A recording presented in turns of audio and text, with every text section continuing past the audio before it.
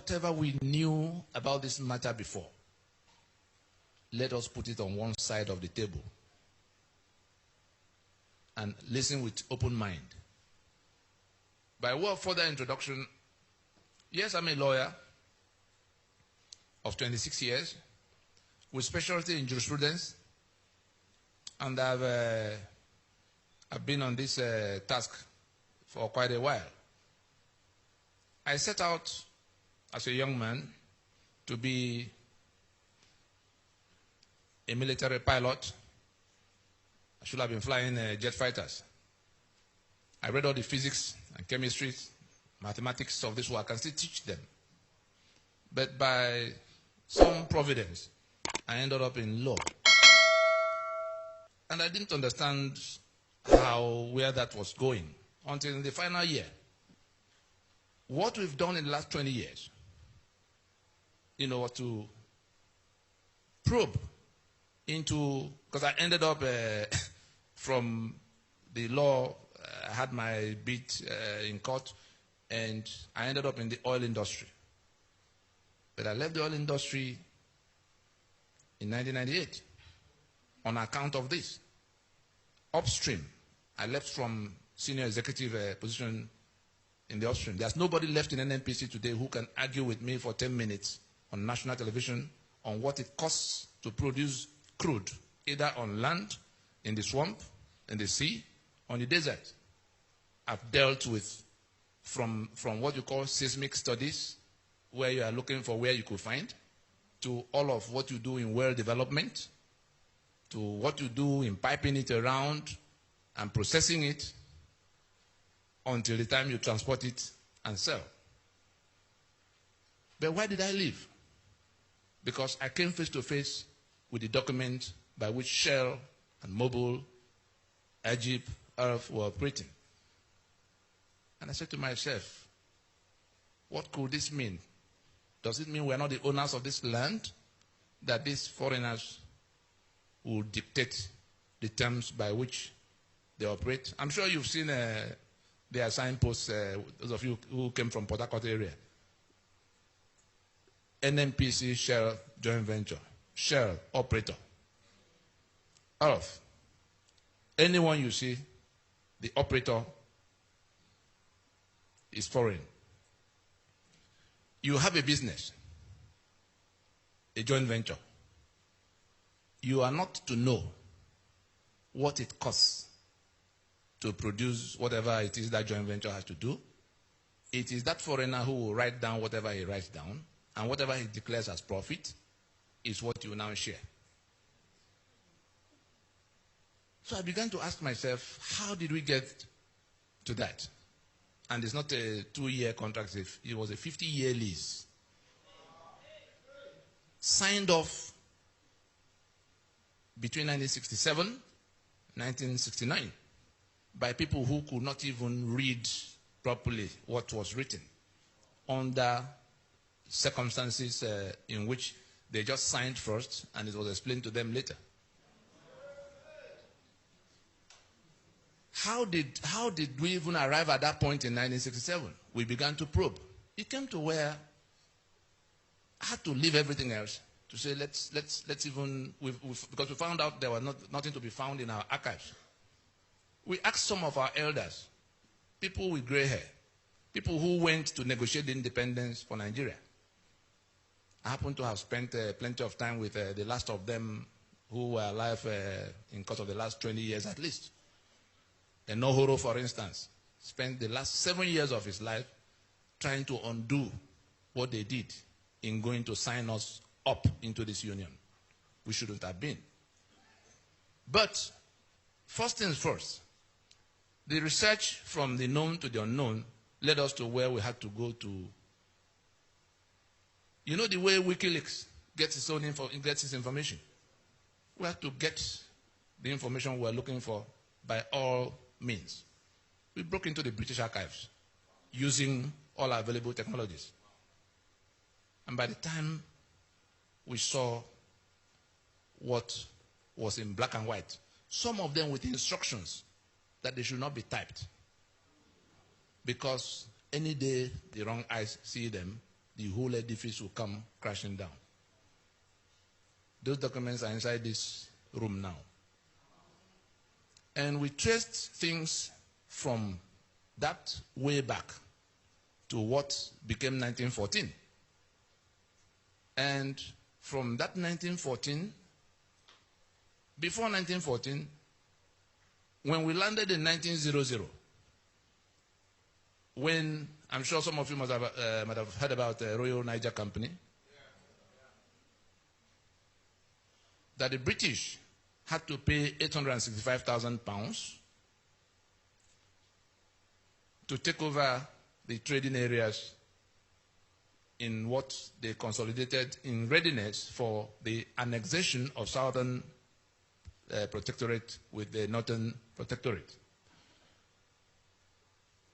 That question of paying £865,000 at that time, somebody bought something from somewhere, and that person is still the owner of that piece of estate. The Nigeria you have, yes, hold it there. The Nigeria you have is a joint venture. You saw Prince Charles the other day, and he came. You saw the sitting arrangements. We've not moved from where we were as at that time they created the union. It was a business venture. It was the trade of the era, to go to wherever you can, beat them down, take whatever you can. So the British, the French, everybody was doing their own everywhere. But what became Nigeria was where the British had come towards this axis, and they managed to make their first landings. I'm sure you know about the Lagos colony of 1861, how Kosoko and Dosumo, like that, the oil rivers. They came from the Atlantic waterfront, entered into trade treaties and protection treaties with some of those trading partners in little bits and patches. Those treaties, dating back to the 1840s, 50s, 60s, and all of that, was what the British had in their hands. At the time, they were pushing northwards. This is Atlantic. You see Lagos there, you see Port Harcourt here. This is the Atlantic waterfront. These British came. You can see that apart from River Niger, the map is divided into two sides. The British entered from this side, and all the parts in that lower part were already in their hands at the time. On the other side, I'm sure you all remember the jihad, which we still have. You remember that they were foreigners too who invaded, landed in Sokoto, 1804, and conquered the portion in green, the portion in green in your map. They overran them. 1804, the British came in the 1860s. That means they were here 60 years before the British got here. Now, having secured that portion that you see in green, they were pushing downwards. They also wanted to get to the Atlantic waterfront. The British wanted to get to what was left on the east. On the eastern side is Cameroon.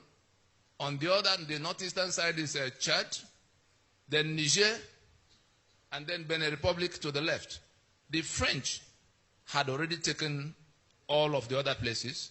The British would have pushed all the way to here, if not for that caliphate that was already occupying here and pushing downwards. They met halfway in a fight that happened in the Ilorin-Benue axis. Caliphate coming to the ocean, the British trying to secure the balance of the land.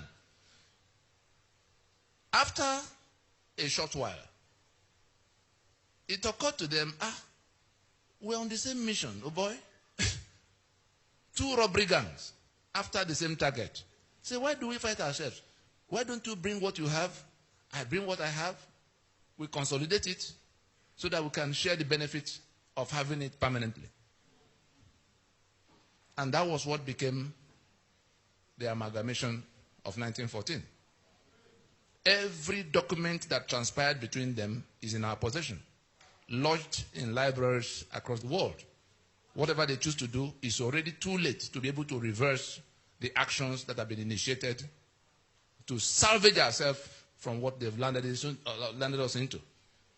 Now, having reached that agreement, I'm sure some of us recall when the caliphate was talking about dipping their Quran into the Atlantic Ocean.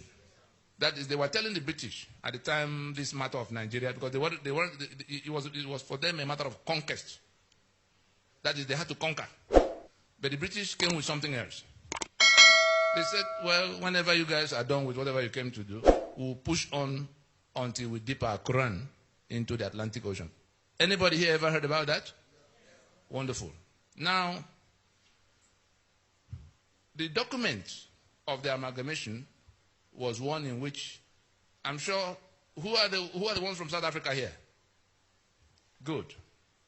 The apartheid, what the Boers did in South Africa was exactly what the Fulani did with their British friends over our heads here to make this place their own over the heads of the owners of all the lands. A master-servant relationship. This is an excerpt from a telegram from the Secretary for the Colonies explaining what they were about to do, because they didn't tell anybody in southern Nigeria that they were going to lump us together with the people of the north. The discussion was strictly between them and that caliphate. It was a German newspaper that leaked it for the first time on the 26th of December in 1913. It took almost 15 years of day and night exchanges, meetings, travels to piece together all those parcels of land that came under those treaties. They didn't tell them where it was all going. Everybody thought they were still, the Shekiri thought they were still in their treaty. The Lagos colony thought they were still in their treaty. Everybody, the British was tiptoeing over their head, merging them. It was in 1906 that they merged the entire southern territories to become the protectorate of southern Nigeria. From that 1906, they then began to merge the systems, two mortally opposed civilizations, because on the other side, Sharia was already in place. They came as jihad. How do you create one political union with a group that owes it a duty of faith to kill the infidel? That duty never changes. No matter how you settle all the other things, the duty will never go away. You are the infidel, you have to be killed. They have a right in that their faith to lie to you. They call it taqiyya. They deceive you into thinking you are in another business until you get killed. And they are also of a feudalist worldview. You know what feudalism is? All men are not born equal. No matter what you do, what you achieve, you are no more than the slave you are to them, even if they have nothing or no education. Between the two, a terrible alchemy that as a slave, you dare not compete with your master for the ownership or control of whatever. The slave does not have a right to anything, no right to property, not even right to life. You can do away with your slave. Kill your slave. And that was the civilization that was already in place, and the British knew. But they were also, they too were, what do we call them? They were feudalists too. And one thing led to the other. Eventually, they were able to piece it all together. That I'm now reading from that cablegram. Secretary of State, Secretary for the Colonies, his name was Harcourt, the one after which Port Harcourt was named. He says, in explaining what was about to happen the day before it did come public, that we have released northern Nigeria from the leading strings of the treasury. The promising and well-conducted youth is now on an allowance of his own and is about to effect an alliance with the southern lady of means. I have issued the special license, and Sir Frederick Lugard will perform the ceremony. May the union be fruitful and the couple constant. Secretary for the colonies, Lord Harcourt, boss of Lord Frederick Lugard, referring to the import and purport of the annexation of the then Protectorate of Southern Nigeria to the Protectorate of Northern Nigeria. So what they reported to you as amalgamation, as if there was some coming together of equals, was actually an annexation. And the purpose, what the British came to do, back to that map, please. Back to the map where what the British came in search of were all on this axis. But the people they met here provided resistance. You know what they call resistance? They fought and fought and fought to make a landing. I'm sure there are Yoruba people here. I'm sure some of you have heard your song many, many times. If I begin it, will you be able to join me to end it? It begins, Eyo, Eyo, Eyo, Eyo, Eyo, Bantawa, Ton fi góòlù ń ṣeré, àwa ò lè sanwó ní bòde, òdìlé. The clause I want you to take from it. Àwa ò lè sanwó ní bòde, òdìlé. Your great-grandfathers fought the British for years and years, preventing them from landing. And your song you sang now was the victory song composed. We will never pay custom duty to these foreigners on our waters. Today, 58 years into your independence, you are paying that customs religiously to people from this part. And from independence to date, not one of you had ever qualified to be Controller General of Customs.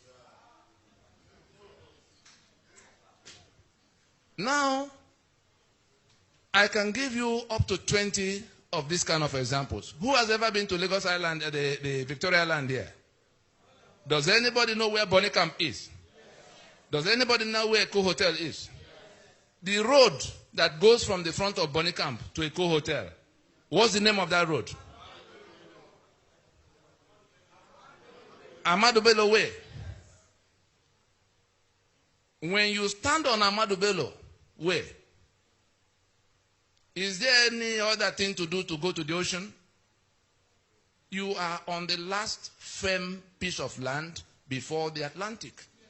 Have they not dipped their Quran into the Atlantic?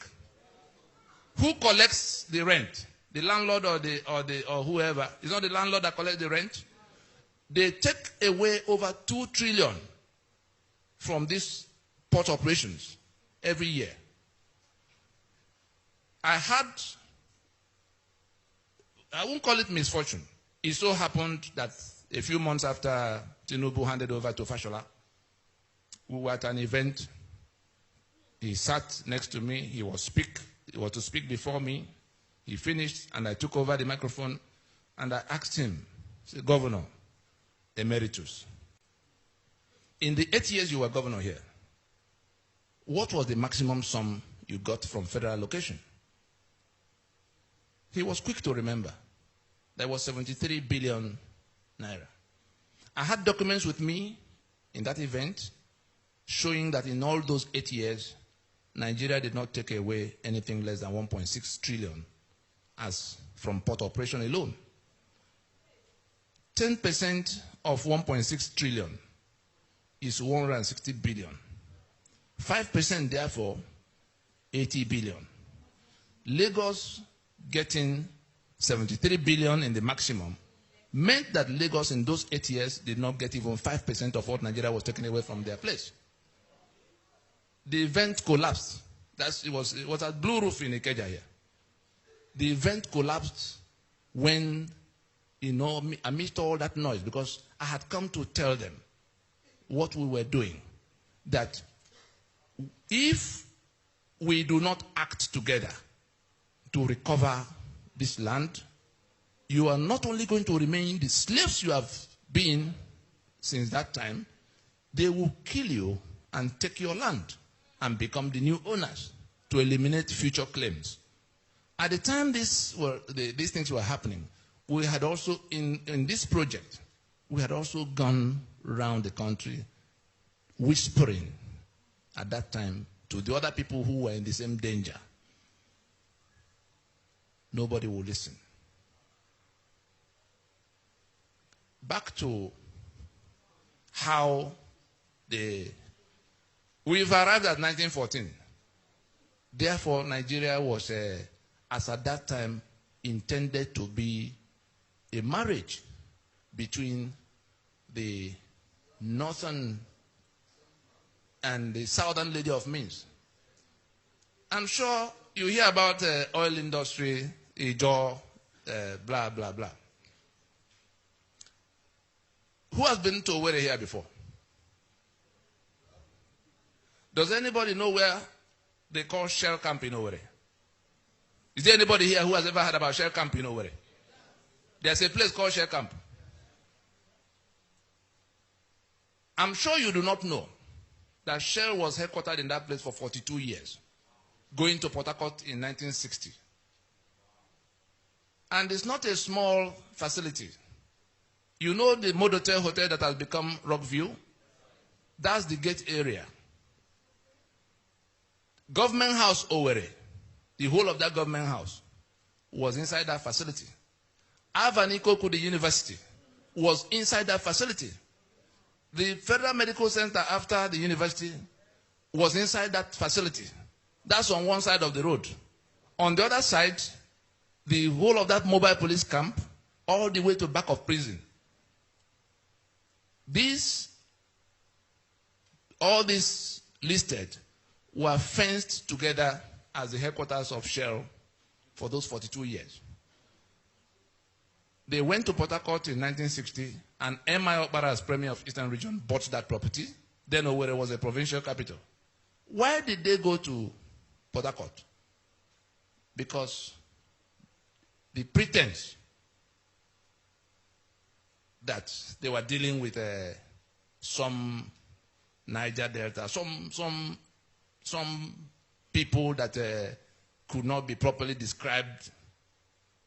They just wanted to create a woolly condition around that discussion because the Igbo fought them. Ovarewe, the Oba in Benin, you know how it ended. The King Jaja of Opobo, the one they had to send on exile, who migrated by himself from Amibo, next to Nkwere. That's where he came from. Now, what was going on? I'm sure you know Rumo Mashi and Rumo this and that and that. That was when, and why did they do that? They had sold your oil for 50 years before they declared Oloibiri. All the story you hear about Oloibiri, false. This oil was used in the First World War, in the Second World War. Undeclared. It was property of Nigeria was their colony, was their property. So you couldn't go quarreling with them for whatever they did. But in pretending that it was not so, clearing out the history books, I've had the misfortune of meeting with governors from the place and senators who did not know that this was the case. They believed Oloibiri with all their heart until I confronted them with the documents in our possession. And they went cold, ashamed because they were gray-haired men who were supposed to be telling their grandchildren. They did not know. And this pretense You remember Willings Commission, 1957-58? Willings Commission did not deal with only the Niger Delta. It was minorities. I'm going to bring out 3 things from there so that we can move on to how we landed on the constitution we have on the table now and what we could do to wriggle out of it, except we want to submit to be killed, because that's what is coming our way. If we don't do something to stop them, what they are doing right now is what ISIS set out to do with Syria and Iraq. ISIS operated from the flanks. They are operating from the government house of Nigeria. When you hear Danjuma come out to shout that is ethnic cleansing, you think Danjuma was joking? Ethnic cleansing means so that there will be no future claim. They wipe you out, resettle their own people there. If you come in 2 years or 3 years, you won't believe anybody else was there before. Go and find out what has happened in southern Kaduna. Not only do they dislocate and dislodge, eliminate and dislodge whole communities, they bring their own people from Mali. You remember when El Rufai talked about going to settle those who are killing his own people in 14 different countries? So, as you find these tiles on the ground here, these tiles you see, that's how they have mapped out Nigeria to the Atlantic waterfront. And they're taking it in. They are done with the green part, you see. They are in this purple belt, the one you call the middle belt. And the mission is to do away with them. Some of them have been renamed Emirates already. Is that not the case? Now, so that we can keep the trajectory, the next thing you find on that, when independence, was coming, and the independence didn't fall from the sky, the independence was where people from that southern part began to resist them, to say, look, you can't continue to govern us here. All of those who fought them. Can you remember anybody from the north who was part of the fight? Enohoro, Moku Gokoye, Awolowo, Osita Aguna, name them. They were all from the south. And these guys now, the British now decided to, independence, yes, you will get. But your situation will be worse than it was when we were here. And what they packaged as independence in 1960 was a bogus thing. Go back to the first map.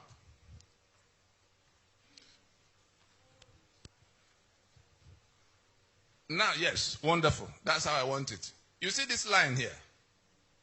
This was northern Nigeria. This is southern Nigeria. Can you see the landmass? When independence was coming, they conducted a census. The whole of this place had 17% of Nigeria's population. 17%. The British, because of what they had in mind to create a political structure that will make this one's permanent majority in all political decisions to be made in Nigeria, so that they can sit in Buckingham Palace and talk to Sokoto Palace and take whatever they want in Port Harcourt and Lagos without talking to any of you troublemakers. That's the whole purpose. And they've had it for 100 years plus. And we're still here swearing to defend and uphold the constitution they imposed that make us slave. When did Isaac Boro arise? Was it not 6 years down the road that they declared Niger Delta Republic from the same disputations that have now brought about Ment and the Avenger? Was it any different? They didn't keep that. The other part, who is from the middle belt here? The killings that are going on in the place. If you look at this north now, it hasn't changed. These boundaries you see here have not changed. That north that begins from here, this is about Gakem area, to Meduguri and Sokoto there. The portion in green, these 12 states that pass Sharia, the other day officially. The balance, the one in purple, was where Ahmadu Bello wanted Sharia for the northern region, going into independence. That's when the British go away, it will be Sharia for his region. The other people, Joseph Tucker and all the ones from the Middle Belt, say, no, our people are not Muslims and we can't be part of one region if Sharia will be in place. They had to find common ground because they wanted a Middle Belt region. They fought and fought, they were being put down. The British settled it this way. They removed Sharia from the table and brought what they called penal code, so that those who are Christians can function freely, uninhibited in that. And that was the condition upon which the Middle Belt became part of northern region of Nigeria. Therefore, from the day in year 2000 that those 12 states, the portion in green in your map, from the day in year 2000 that those 12 states simultaneously imposed Sharia in their contiguous territory, they had moved away from that foundational agreement. They have seceded from the Union of Nigeria. They have seceded from the secular Federation of Nigeria. Having so seceded, they reinforce, they are now coming to overrun the rest of the place. And why do they have to resort to that? The constitutional instruments they put in place, including the one the British helped them to put in place since 1914 to 1922 to 1946. I'm sure you heard about McPherson and Littleton, all the way to independence. That became 63, which collapsed in 66. I'm now landing in the one that is on the table. And what we must do, which if we don't do, we will pay in blood. If we don't do, we will pay in blood. It doesn't matter what the noise elsewhere is. When it came for the British to go, and they were asking those territories they had governed for over 70 years at the time, how do you guys continue when we go? They had governed them as 3 different countries. Nobody knew what they were doing in the north. Nobody knew what they were doing in the east, on the west. Gradually, the meetings that began to bring them together started happening towards the 50s. By the time we came to 53, Enohoro moved the motion for independence because they thought they had come to where they could become independent. The northern delegates opposed it and defeated it. What was their reason? They said, oh, we cannot go from British colonialism, that we're backward. We're not yet in a position to compete with you. So if we go to independence now, the British will step away, you step into their shoes, then we remain where we are. You can go your own. The British the British didn't tell anybody why they wanted the Union to be. Remember that before then, Ahmadu Bello had cause to lament that this was the mistake of 1914, that Nigeria was a mistake of 1914.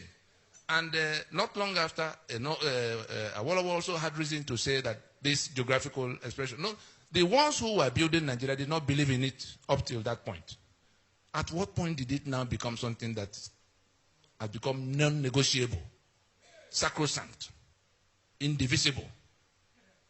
Because they've managed to impose, constitutional models away from what was agreed. Because by the time they were getting ready, they had to make themselves constitutions, as like you have Germany and France and Portugal going into European Union.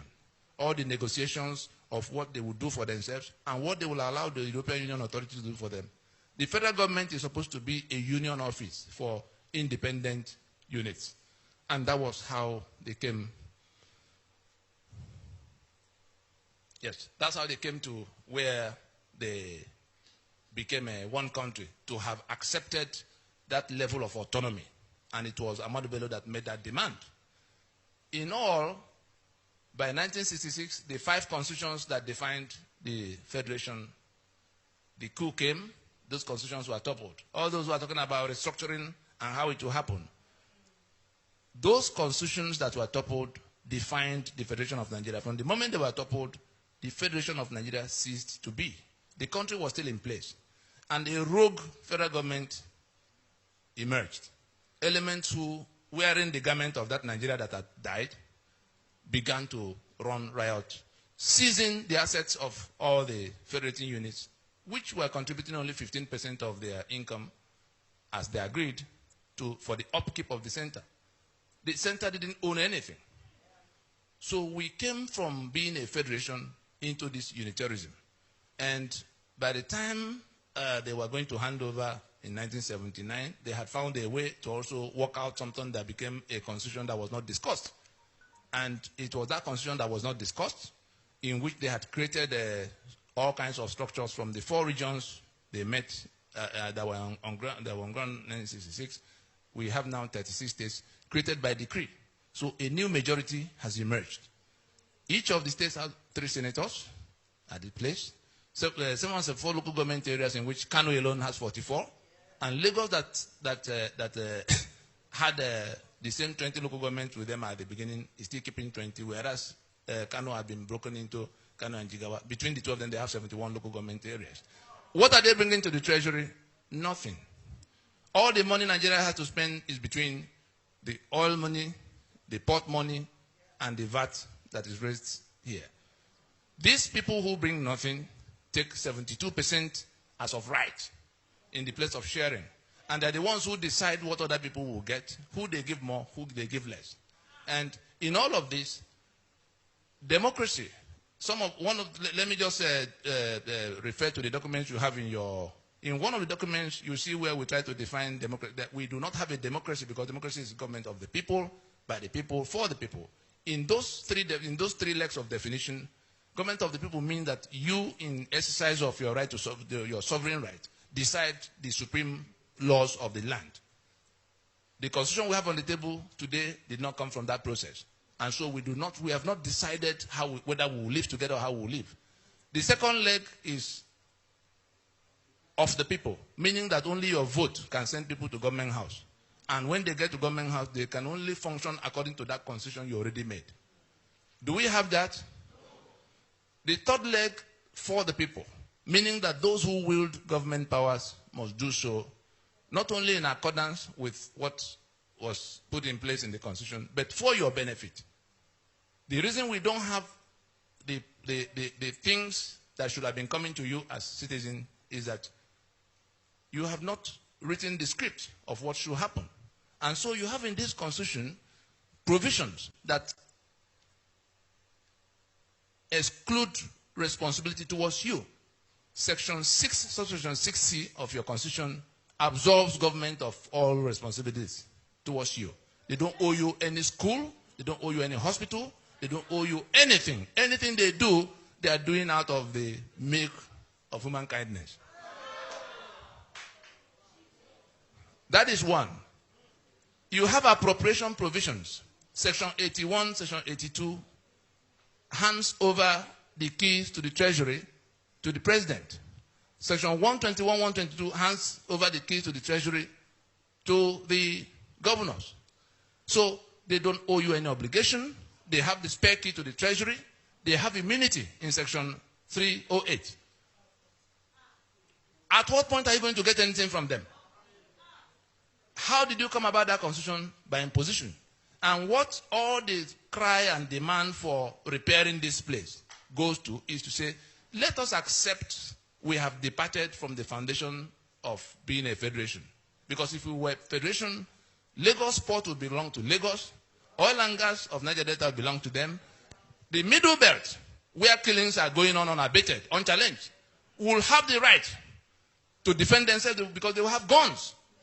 The constitution has 68 items on the exclusive list, all written by decree, that make it impossible for the middle belt to touch any gun. You saw where the governors went crying, and the president said, go home and live in peace with your Fulani of Benin. If we do not remove that from that constitution, nothing will resolve that question. As it is for those killings, So it is for electricity. I cannot generate electricity because it's on the exclusive list. Lagos has 40 million people. It cannot generate electricity. Imagine the day comes that California cannot generate electricity and have to wait for Maine to come and give them electricity. They will leave the union. Imagine the day that Texas is no longer in control of its oil fields. Would they remain in the union for 24 hours? And it's supposed to be a federation. What is a federation? So we're in a fraud now in which the federation that collapsed is being sustained by brigandage, and they have imposed a constitution that we can no longer question. And anybody who says, what are you doing? What was Abiola's offense? Do you know why Abiola was killed? The servant does not rule over his master. So it's not only Jonathan that had to be chased away because he wasn't one of those who could preside. These same people are doing the killings in the Middle Belt, doing the killings in the East, doing the killings in the West. They are the ones who seized everybody's asset. They are the ones who imposed this constitution. And you join them to go to elections under that constitution. By what constitution would they govern? Anybody who wins in this election, by what constitution is he going to govern? You are reinforcing your enslavement. And if they kill you in the process, it's your ignorance that killed you. We've been going all over the place trying to tell people that this is what is the case. They are not listening. We went to the men of God in the land, without exception, quietly. Sir, here's the problem. If Desmond Tutu did not join Mandela in South Africa, would you not still be in apartheid now? Where are all men of God? If not for people like this, who say, look, enough of this thing being said in quiet places. There's nothing I've said here that I've not said on national television.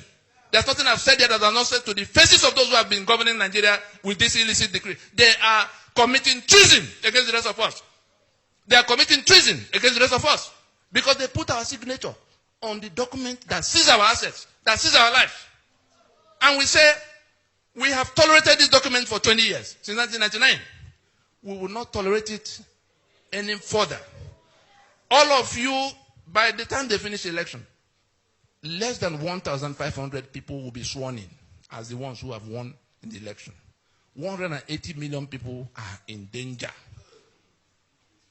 And they have managed to get you to come be on one side or the other.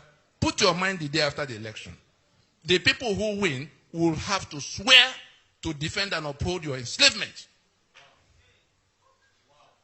The summary of what we are telling our people now is that processes have been undertaken. The majority, the whole of the South and the Middle Belt, have been told and shown what the problem is. That constitution must go down. Those who are going to contest under it are doing so for their intestines, not on your behalf, whatever they say. If you do not wake up and go to what will work for you, you are not only going to remain in your situation, they will come to where they turn up at your doorstep with their AK-47 on their mission to conquer. Let us leave it there.